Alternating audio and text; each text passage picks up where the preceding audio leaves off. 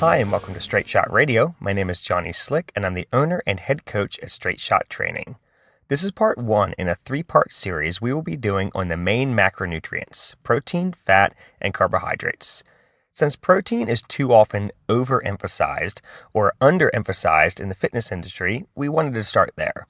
Rebecca Reef-Snyder handles the diet coaching here at Straight Shot and is a certified health coach in addition to holding a degree in nutrition.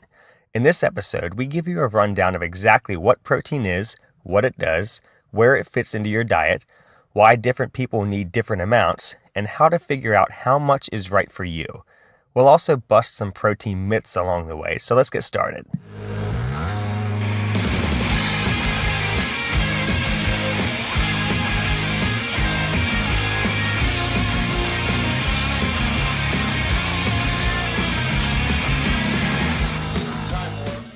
Hey everybody, Rebecca and I are in between clients / in between snacks, and we're going to talk to you today about protein. We're going to go over the structure of protein, how your body digests and absorbs it, what it uses protein for, and then we'll get into how much you need and when are you getting too much protein.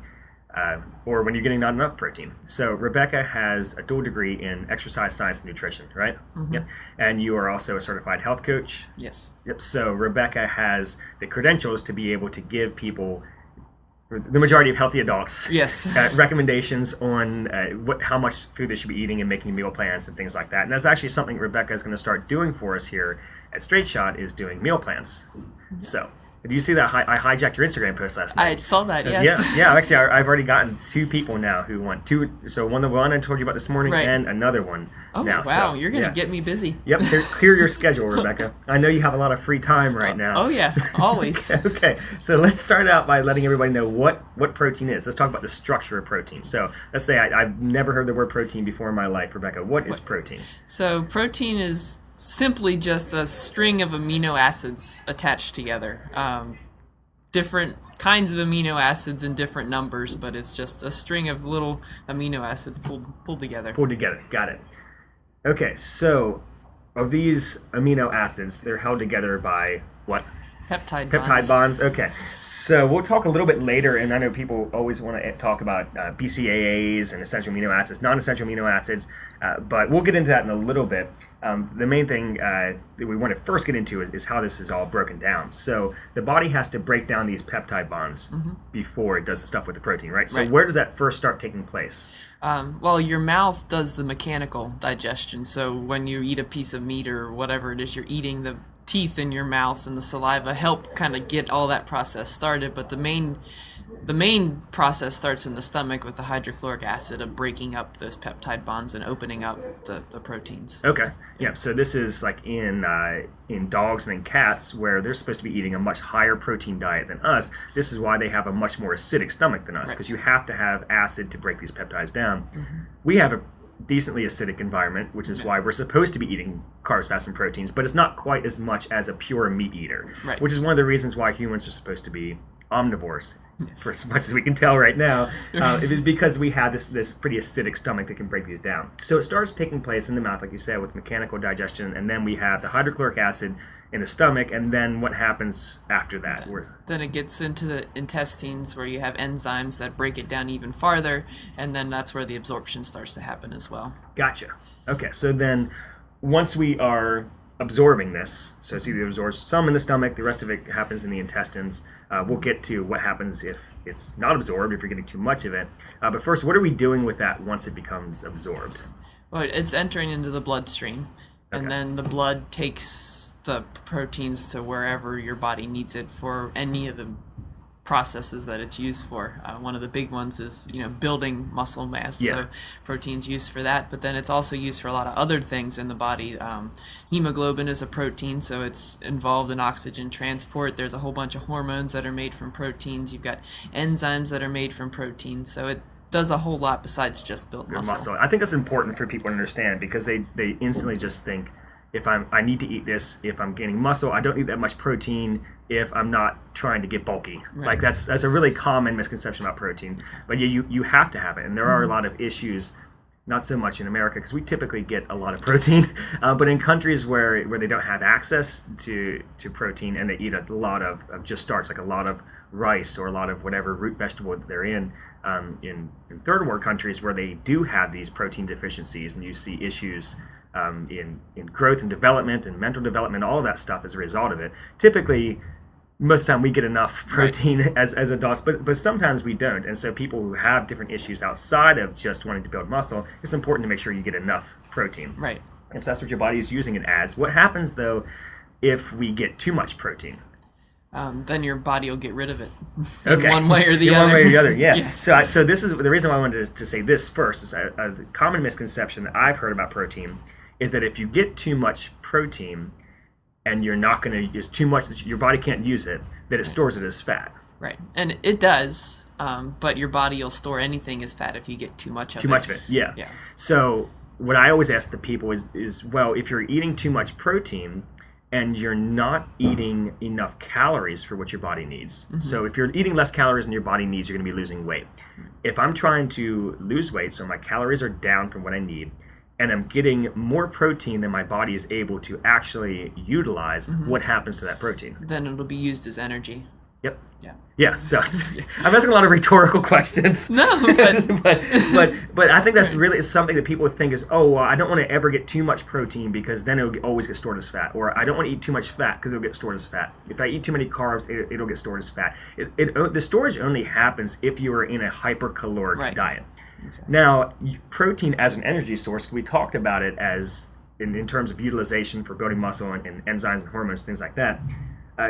Protein can be used as an energy source, but why is it not a great energy source? Well, it's not very efficient. So the body's process of breaking down a protein and then using it for ATP, your body would much rather do carbohydrate, which is much more efficient, has a lot less byproducts, negative byproducts to it, whereas the chemical process of breaking down an amino acid, you get a lot of different byproducts that your body then has to flush out of your system. Gotcha. So it's much more efficient to use the carbohydrate or even fat as opposed to the protein. Yeah, because it is the third preferred fuel source. Right. Your body would prefer to use carbohydrates and fat before it uses protein. Yeah. So yeah, think about like green energy. Like there are cleaner forms of energy, and there are less clean forms. Protein is not a clean form of energy, and it's actually calorically expensive to break it down. Yes. So the cycle that you have to break these proteins down into usable energy is costing your body more calories than it would to just be eating carbohydrates. Right. Which is why if you are an athlete and you're concerned about your performance, fueling your performance, proteins should not be part of that equation, really. Protein should be part of your recovery and your overall diet, but in terms of fuel, it really should be most of the time carbohydrates and fat. Yeah. Yep. So we talked about the storage. We can quickly mention that your body will break the protein down first and then store sections of that as body fat. Right. What it can't do is it can't get that back, right? No. Dang on it, Rebecca. I've got all this stored protein in my midsection. No, once the protein is turned into fat, it is fat, and you can't turn it back to protein. Yeah. So this is something where people talk about, well, if I stop working out, my muscles will turn to fat. That's actually not a process. No. Your body does not turn one tissue to another piece of tissue. What we're saying is that your dietary protein that you're eating, the protein in your bloodstream, it's taking that and breaking it down and storing it. So I wanted to quickly mention that because I know somebody was going to bring that up. All right, so let's move on to essential and non-essential amino acids. Yes. So of these 20 amino acids that all of these proteins are made up of, linked together by these peptide bonds, we have a grouping of them that are essential and a grouping of them that are non-essential. We also have some that are considered semi-essential, but what is the difference between an essential and a non-essential amino acid? So an essential amino acid your body cannot create. It can't take the building blocks of the carbon and nitrogen in order to create that protein. A non-essential amino acid your body can create, so it has the building blocks that it needs that is necessary in order to build that protein. So you have to get your essential amino acids from food, whereas the non-essential amino acids your body can make themselves. Gotcha. And then the semi-essential ones, why are these considered semi-essential? Because your body can make some of them, but probably not enough to meet the requirements of the amino acids that you need. So this is why and we've talked now twice in my Q&As on the podcast about protein sources. And when we talk about plant-based protein, when I say there are some plant-based proteins that are considered complete proteins, but they might not be high enough in the semi-essential amino acids to be considered actually a usable protein for your body. However, if you're eating a balanced diet of eating lots of fruits and vegetables and lean proteins and whole grains, things like that, you will 9 times out of 10 hit these numbers, right? Yeah. So you don't need to supplement with a BCAA, right, Rebecca? No. What if I really want to spend $30 on expensive urine? That's really all you're doing. Yeah. So there's actually, have you seen a single study about BCAAs that have shown that they're effective? No. Yeah. Everything I've seen either shows either negative results or no results No results at all. Now, going back to protein being utilized as a fuel source, if you're taking BCAAs and they're already broken down into these BCAAs is branched chain amino acids, so they don't have these peptide bonds. Yeah. So if you're taking those in, the idea is, well, if they're already broken down, I can use them as a fuel source. My question is, well, why would you want to use them as a fuel source? It's not a good fuel source, and the amount that you're taking in, I mean, most of these would be like 5 grams. Right. The amount of BCAAs that you get in one chicken breast is higher than that. Yeah. So if you were eating an adequate diet, and like a lot of people take protein, your protein has BCAAs already in it. Right. They typically throw it in there just because it looks good on their label. But even just a scoop of whey protein is going to have more BCAAs than a scoop of BCAAs itself. Right. So I think that's something that people don't need to be spending money definitely on. not. Yeah. So when we're talking about amino acids, you get all of these. It's one of those things where we always talk about moderation and a wide variety of foods. I think that's the best way to make sure that people get a good amino acid profile. Yeah. Just understand that if you are a vegetarian, you're going to be automatically getting some of these in less quantities. Yes. So you really want to vary your diet when you're doing that. Right. You know. Do you have anything to add about amino acids? No, I think that covers all the main points. And the other thing about them is they all have a different role. Right. So some of them, I mean, a lot of them are involved in building muscle. Other ones are involved in hormone production and the endocrine system, things like that. They're a little bit different, but yeah, all of them do have a function in the body. All right, so let's get on to requirements for protein. So factors affecting your requirement of protein. We'll start out with, let's start with dieting. If I'm trying to lose body fat, do I want to be eating more or less protein? More protein. Can you explain why? Not to me. To the people listening. So when you're dieting, like you said, with the caloric intake, your body is in a negative caloric intake, so you're burning more than you are taking in. You want to try to maintain your muscle mass, and because you're running out of carbohydrates and you're running out of fat, your body is then going to transfer over and use protein as a fuel source. Okay. So in order to keep your muscle mass up as well as keep losing weight, the higher percentage of protein per calorie will help you with that as well. So kind of what you're saying is I could have my protein at, let's just use 150 grams. It's just an arbitrary factor, and I'm eating 3,000 calories. Right. But I could still keep eating 150 grams of protein when I'm eating 2,500 calories when I start to diet. Right. So you're not saying your protein goes through the roof. It's just the percentage of your protein is higher in a diet when you are hypocaloric or trying to lose weight. Right. So that's something. It's one of those things that people know. A lot of people do know they need to eat more protein when they're dieting. I know sometimes people want to cut down on everything. Yeah. But the people who think I need to eat more protein when I'm dieting sometimes go overboard and think they need way too much, and they're not counting their total calories, so they end up still being over on their calories. Right. Because they're eating way more protein and way less carbs. So you still need to monitor those total calories, but a larger percentage of that will be coming from protein when you're dieting. Right. Let's go the opposite way though. So you're trying to bulk up, trying to gain muscle. I just got to pound the protein, right? No. I need to eat chicken breast in between my sets on bench. No. Can you feed me while I'm lifting? So when I think about protein, I always like to think about grams per pound or grams per kilogram as opposed to percentage of calories. Yes. Just because when you are bulking up, your calories are going up. Yeah. So you're in an excess. And if you take up your protein percentage wise, your not body can't utilize that much protein in order to build muscle, so you're just going to be either storing it as fat or getting rid of it in other ways. So you keep the protein high enough per gram or per pound of body weight or per kilogram of body weight that you can build the muscle that you need, but you don't need to take it up in proportion with the other things. Macronutrients. I think too, because when you are trying to gain weight, you don't ever want your body to run out of fuel. Right. Fuel, we said before, is carbohydrates and fat. So that's why carbs and fat are so important to take up when you're bulking, because obviously you need to lift weights. Right. And we should have said that before back in the dieting things. Oh, yes. Yeah, you do need to keep lifting weights when you're dieting because you need to maintain your muscle. Right. When it comes to building muscle, you have to lift weights. You have to put them under mechanical load. You have to have enough time under tension. You have to have enough volume. There's all these things that have to go into hypertrophy, and you have to have your total calories up. But you need enough carbohydrates to even get through those intense workouts. Right.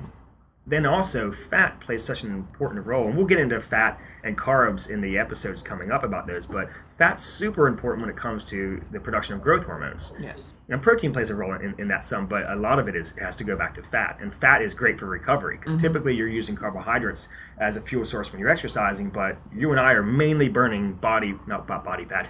Nice if we did. We're burning the fat that we've eaten right now when we're sitting here, because when your bodies are functioning at a lower gear, they run better off of fat. So you don't want to run out of fat as a fuel source whenever you're chilling out, and you don't want to run out of carbs whenever you're lifting, because then your body will start using the protein, where we want that protein all being used to build muscle. Right. But like you said, if you just took it up with protein in proportion to everything else, I think I heard this once from an exercise physiologist. He described protein intake as bricks, and how you can keep sending bricks to the mason, but he can only build a wall so fast. Right. Otherwise, he's going to have to do something with these bricks. Yes, exactly. So when it comes to gaining muscle, what do you think? 2 pounds a month of pure muscle for guys? Yeah. That's the high end. That's the high end? Shoot. You're telling me the 4 I gained this weekend at Golden Corral is not muscle? No. It was all going by yesterday. All going. I was so excited when I came back after the weekend. I was up at 178. I'm down to 176 today. So I'm only down 2 though. There you go. 2 of the 4. So 2 of them were muscle. I'm going to gain 4. I wish I gained 4. No, for women though, what do you think? A pound a month of pure muscle? Yeah, I think depending on the woman's unique hormone balance and things like that. Yeah. But overall, probably a pound a month. Yeah, which I think is tough for people, because it just shows you how much patience you have to have when it comes to gaining weight. So throwing more protein at the situation and thinking it's going to help you gain weight faster is not going to happen. You can only think about what it actually has to happen to build muscle tissue. I think we're going over this so fast, but it's actually incredible. Like, we're taking in these little links of protein, we're breaking them down, we're absorbing them, and then we're expecting our body to take these things that used to be tissue from another animal or from a piece of a plant and manufacture human tissue out of it like this. Right. We're really asking a lot of ourselves right now. Yeah, so when it comes to your requirements, when you're building muscle, it actually needs to be by percentage slightly less, slightly more by percentage whenever you're trying to lose weight. Yes. Okay, so let's talk about what that actually looks like in grams, because a lot of people are confused about how many grams of protein they're supposed to be taking in, or how much of a percentage of my diet should come from protein, and those numbers get confusing. People don't know if they're supposed to eat a percentage from protein or grams, or they want to know how many chicken breasts is that a day. And we said before, protein's in a lot of stuff. You need to count all of it. So let's talk about recommendations for protein. So what is the kind of standard recommendation that we have from the higher ups, the American Dietetics Association? What is their recommendation for protein? So they have 2 different ones, one that's based on grams per kilogram, and then one that's based on just a percentage of your calories. So the RDA, or recommended dietary allowance, is 0.8 grams per kilogram of body weight. Okay. Then if you're looking at the percentages, you have the AMDR, which is the acceptable macronutrient distribution range, and that is 10 to 35% of your calories from protein. So they Gotcha. Okay, so pulling up my calculator here. So to figure out your body weight, you divide your weight by 2.2, and that gives you your kilos. So if I'm supposed to be eating, because I weigh 81 kilos, So if I'm supposed to be eating 0.8 grams per kilo, that's only going to give me 65 grams of protein a day. Right. Now, if we compare that, my calories are at 3,300 right now, which is probably on the higher end for what what people should be taking in. Yeah. So if my calories are 3,300, and I look at, we say 10 to 35% of that. Right. 10% of that is going to be 82 calories, or 82 grams of protein. Right. And that's at the low end. So that's an instance was confusing because my recommended daily allowance is supposed to be 65, but based off of the percentages allowance, right, the low end is 83. The high end, I won't do the math, but the high end, 35% of my calories come from protein, would end up being around high 200s, which is pretty high protein-wise. Right. So where are people supposed to draw the line here, Rebecca? How are we supposed to know how much protein we're supposed to be taking in? So a lot of it goes back to just testing out what works well for your body. I know I tend to do well on a little bit higher scale protein diet as compared to a higher carb diet. So being willing to calculate how much you are eating and then map that and with the changes that you're looking for in your body and testing things out for yourself is one of the best ways to do it. But I tend to go more closer to 1 gram per pound of body weight when it comes so that would be double right. the RDA, but you're still in that 10 to 35 range, so it's still a healthy range. So 1 gram of protein per pound of body weight is kind of this blanket prescription that came out mainly out of like the bodybuilding culture, but it's one of these things where we look at, well, what is adequate protein? What do you need to survive in order to maintain your muscle mass, in order to make sure your body's not breaking down your tissue, and what is optimal protein? So if you're a strength athlete or even an endurance athlete where you're burning a ton of calories and you don't want to run out of the building blocks of muscle, since you're going to be using carbs and fat as fuel, you need to make sure you have enough protein, even as an endurance athlete. This isn't just for bodybuilders or strength athletes.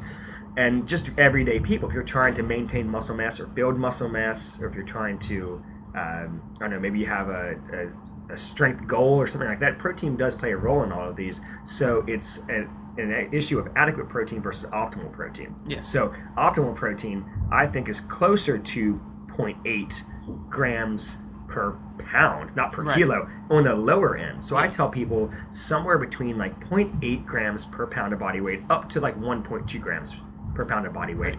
Typically, that will still have you in that 10 to 35% range. And it's not going to be super high because there are some issues with taking in too much protein. We'll talk about that in a second. And it's definitely not going to be too low.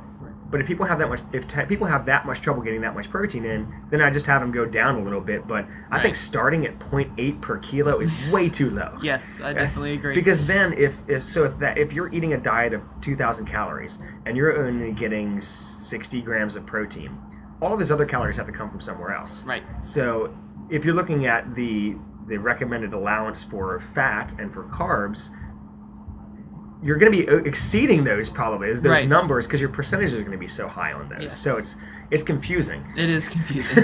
It's confusing for us as trainers to try to demystify this stuff, but I can only imagine how confusing it is for people listening to this as we throw these numbers around. So I think what you said about experimenting with things, the main thing you need to come back to is look at your total calories first. Once you have those total calories, it has to be broken up into carbs, fats, and proteins. I would get your protein first. That's typically how we do it with straight shots. We get everybody's protein first, and then we solve their fat. Typically with fat, we'll get into this in the fat episode about grams. Once we solve for fat, those leftover calories from our or goal calories will be how much you get from carbohydrates. It's because you need a certain amount of protein for your body, you need a certain amount of fat for your body, and the level of carbs is pretty much based around your activity level. You say that's kind of how you figure things out? Yeah, that's exactly how I do it. Yeah, so it's kind of like that when we figure things out, but we have to experiment around because no one's the same. No. And we're not in a laboratory, and we can't just use these numbers. But it's confusing because if you look at a box of cereal, or I'm thinking of anything that comes in a can, or anything you get in a store that has a nutrition label, it has percentages for things. But those percentages are based off a 2,000 calorie diet that has... How many people have we actually put on a 2,000 calorie diet? Very few. Yeah, because I mean, we have people higher and lower. Lower, So with, right. with the protein stuff, when it comes to recommendations, it's hard for us to say exactly what you should be taking in because Right. you need to experiment. We don't know what your lifestyle is, things like that. So it is helpful if somebody worked with someone like you. Wink, wink. If Rebecca has any free time for you, to work with somebody who can help you find those. And that's something that we do with Straight Shot that you're doing for us now, so that we can help people find these numbers, because it is really confusing at first when they get into it. And again, when we're talking about your protein, some people will just take percentages, like, well, 30% of my diet needs to come from protein. Right. Other people do it through grams. It's way better to do it through grams, right? Yes, Okay. definitely. Yeah. And then the different factors that change this, we kind of threw a few of them out there, but it's going to depend on your personal biology, your lifestyle, your diet, your size, what your Right. goals are. All of that stuff is going to be different. So we can't just say that 1 gram of protein per pound of body weight is going to work for everybody, No. but it's somewhere in that range to Right. be able to find something for somebody. Yes. What about protein timing? This is a question thrown kind of just through the door here by Steve not too long ago. Yeah, it's not nearly as important as we originally thought it was. At least Yeah. that's what the research is saying now. Who knows, they could change that in another 10 I would years. just say, as but far as I know as right far now. as I know right now. Because it takes so long for your body to go through the digestion process anyway. As long as over the course of the day you're meeting your requirements, it's not like you have to get so much protein after your workout in order to receive the best results or anything like that. Yeah, well, so I mean, we talked before about the process that takes place in the mouth and the stomach and then your small intestine. This is a couple hours. Right. So if you were eating, so we just ate lunch and then we will be training in an hour or so. So it gives us like an hour and a half, 2 hours since lunch. That by the time we end our workout, Right. I mean, half the time I'm still burping my lunch while we're training. But if you finish your workout and you ate lunch 2 hours ago, you still have that protein in your system. Right. It's still being synthesized. It's being absorbed and it's being utilized by your body. You don't need to try to be drinking a protein shake on your way down to the locker room to get changed. Right. It's not necessary to get it in that fast. Now, if you didn't eat before your workout, you might need to immediately after. Right. But if you did eat before your workout, you're going to be fine. And if you plan on eating a meal sometime the next hour, 2 hours or so after your workout, you're fine there too. So protein shakes are helpful for people for convenience, but they're not necessary for building muscle. Exactly. Yeah. Do you still take them though? Yeah, But I still take it. That's more of a getting your protein numbers in, because you're not eating a meal until a good bit after your Right. last Yeah, I don't right? have it. I train and then I go right into clients, so I usually don't have time to eat anything in particular. So I can take my shake and I can be training clients while I'm drinking that, Yes. and that's how I get it in. Yeah, I did that for a long time until I realized that my protein needs were already being met. And once I cut it out, I haven't lost. I mean, I've steadily been gaining Yes. muscle in the program we're doing right now, but I haven't lost any weight after I took out my protein shake, because I had adequate protein. I actually took up my carbs higher, and it was just my total calories were where they needed to be. Right.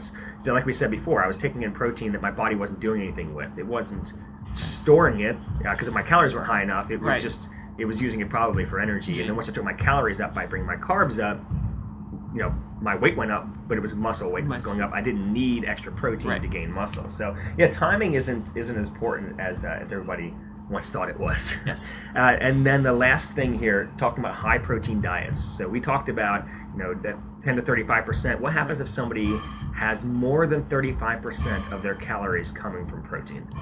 Well, like we talked about, your body's going... If your calories are too high because your protein is too high, then your body's going to store it as fat. Yep. If your calories are lower, so your body's burning things, then your body's going to have to use protein for fuel, because you're taking up the space of the fats and the carbs with that extra protein. So then you're going to have that less efficient way of creating energy. Okay. By using But are there any inherent health risks with taking in too much protein? In the long run, in very excessive amounts, yes. If you're taking in 45% of your calories from protein, you're not going to keel over and die. But your body is having to make energy in a non-efficient way. So there are byproducts that it has to get. Your kidneys have to flush out the urea and the ketones, and your liver has to. That's where the transfer happens with the proteins in order to make them usable as energy sources. So your liver has to work harder, which isn't going to kill you, but there have been some studies that shown some kidney damage in the long run with a very, very high protein diet. The one study I referenced is where they had people taking in up to 5 grams per pound of body weight. Can you imagine? I mean, you'd be doing a lot of protein shakes, but they found that there was some bad side effects, but it was not nearly as bad as they thought it was going to be. They were trying to say, here's how bad it can get, and it really wasn't as bad. Now, my big thing with when people are taking in way too much protein is it's at the expense of getting in healthy fats and getting in enough fiber and getting in enough fruits and vegetables. Because regardless of whether you're vegan or paleo or Mediterranean diet or whatever, fruits and vegetables are good to eat in large quantities. Yes. And so when you're eating too much protein, you're probably not eating enough fruits and vegetables. And that's what a lot of these studies found, is that people who are on high protein diets eat the fewest amount of produce. You're not eating enough produce, then we can start talking about, well, you're not getting enough vitamins, minerals, phytochemicals, you don't have enough antioxidants to be cancer-fighting properties. You end up having a lot more health risks as a result of that. So I would say if you're going any higher than like 2 grams per pound of body weight, I mean, that's super high still, that I would say you probably need to start backing that off, because you need to be getting in more. Carbs aren't bad, fat's not bad. We'll talk about those in the episodes coming up. But yeah, I think people they need to not overemphasize protein in their diets, but they definitely need to understand the value of it. Exactly. Yep. Yeah. All right, so you got to get to your client. I'll wrap everybody up, and you can head out. So just to wrap things up here, first of all, I forgot to say thank you to Rebecca. She's off teaching her homeschool PE class right now. So thank you to Rebecca for joining us today. I want to mention to you all that of all the things that we say, we're giving you recommendations, but ultimately it really comes down to you experimenting and trying things for yourself. But you have to track your numbers in order to know what's good for you and what's not good for you personally. And if you're not writing these things down, you're kind of going off of, well, I ate about this much, and I think I was eating this much protein per day, and I felt like this. Write stuff down. Same way you need to write down your numbers on your lifts, your protein grams, fat grams, carbs, and your calories, fiber, how much water. That's the kind of stuff you really need to be writing down. So I would highly encourage you to start doing that. Start even just with protein. Add up your grams per day of protein. We're going to do an episode on fat, and we're going to do an episode on carbs as well, and we're going to be talking about calories throughout all of this. But as you're doing this, make sure that you all are writing these things down so that you know you have a reference point of where you're starting at here. And if you need some help, talk to a trainer, talk to your doctor, talk to a registered dietitian, and they can help you figure out exactly what's going to work the best for you.